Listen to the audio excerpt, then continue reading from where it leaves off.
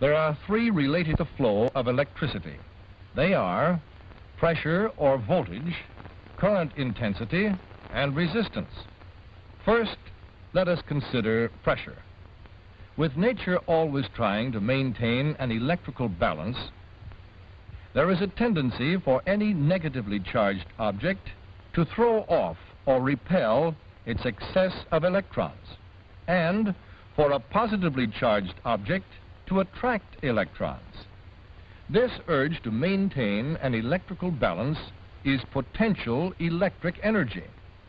And since this potential energy is a repelling and attracting urge caused by opposite charges, its force or pressure is equal to the difference in the charges. It is called the difference in potential or potential difference. The unit of pressure or potential difference is the volt.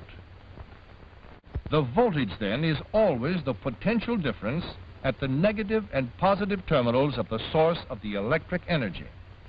It represents the difference between the number of extra electrons at the two terminals. And when a suitable path is provided, the potential difference causes the electrons or current to flow from one terminal through the conductor to the other terminal.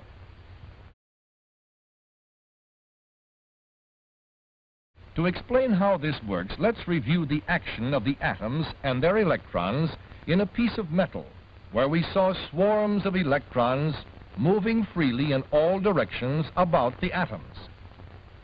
Substances in which this takes place are good conductors of electricity. If an outside electric pressure or voltage is applied to a conductor, the electrons will move predominantly in one direction. The effect is that electrons move from the negative to the positive terminal. This is the electric current. The unit of electric current is the ampere.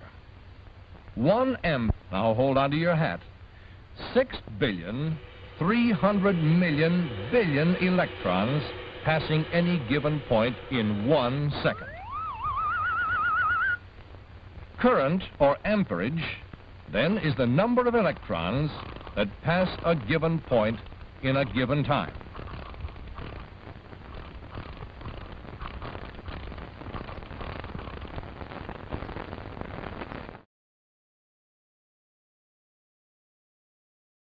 And now the third factor, resistance. This factor is controlled by the nature of the material through which the electrons flow.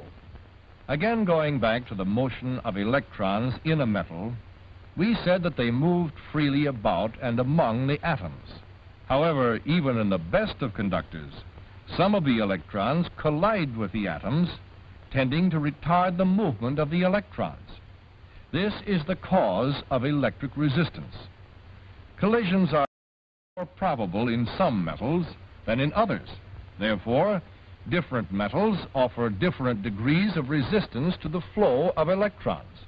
For example, copper has low resistance. It permits the electrons to flow freely with few collisions and is therefore a good conductor. Iron offers more resistance than copper. Collisions with the atoms are more frequent. In some substances, no electrons are free to move around as in the metal. All of the electrons stay with their atoms so that no current can flow. Its value is best understood when its relation to the other factors is explained. A pressure of 1 volt produces a current of 1 ampere through a resistance of 1 ohm.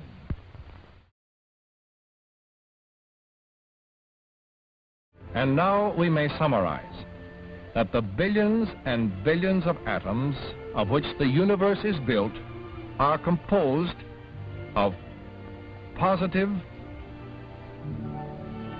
and negative electric charges.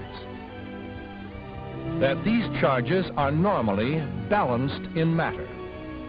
That by unbalancing these charges, electric energy is made available.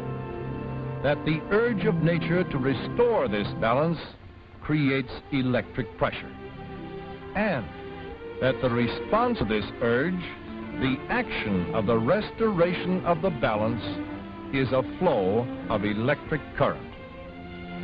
The flow of electric current, then, is simply movement of electrons away from objects that have acquired a negative charge to objects whose charge is relatively positive. It's this principle that has made possible the countless electric devices which contribute to the comfort and fulfillment of richer and happier living today.